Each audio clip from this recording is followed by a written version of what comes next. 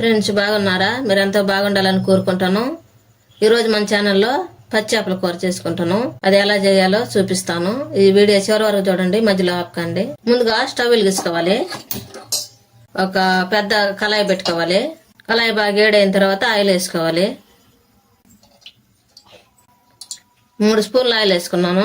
Oil బాగా వేడైన తర్వాత ముందుగా కట్ చేసి పెట్టుకున్న ఉల్లిపాయలు వేసుకోవాలి. మెంతులు వేసుకోవాలి, ఒక 1/2 స్పూను.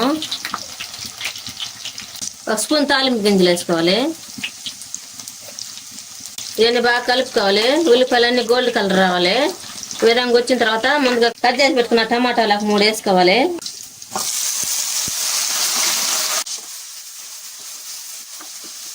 ఇది మొత్తం కలుపుకోవాలి. ఉప్పు వేసుకోవాలి. ఒక 2 స్పూన్లు వేసుకుంటున్నాను. కళ్ళు ఉప్పు వేసుకుంటున్నాను. టమాటాలు బాగా మగ్గుతున్నాయి కదా, కొత్తిమీర, పుదీనా, కరివేపాకు వేసుకోవాలి. బాగా కడిగి ఇది సన్నగా తుంచుకొని వేసుకోండి.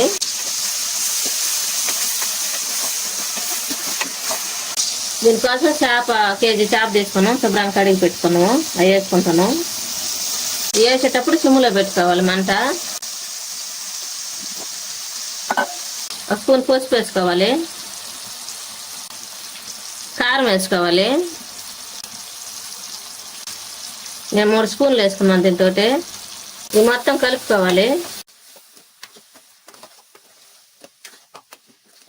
చింతపండు ఒక పెద్ద నిమ్మకాయ అంత సైజు చింతపండు తీసుకోవాలి. అంత చింతపండు అదంతా కడిగి పులుసు తీసి పెట్టుకోవాలి.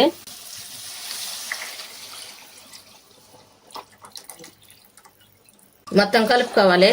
ఆ పులుసు అంతా చేపల్లో పోసుకొని కలుపుకోవాలి. ఇప్పుడు మూత పెట్టుకొని ఉడికించుకోవాలి. ఉడికిందా లేదో చూద్దాం. మూత తెచ్చి చూద్దాం.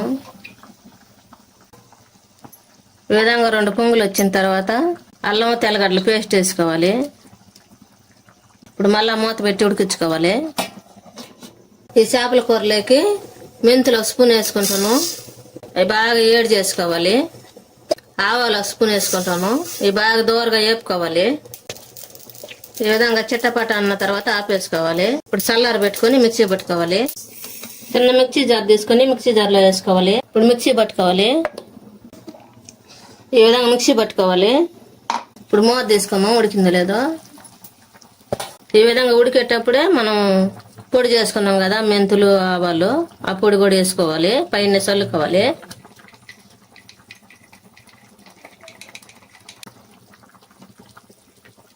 ముక్క చెదరకుండా ఇట్లా అనుకోవాలి.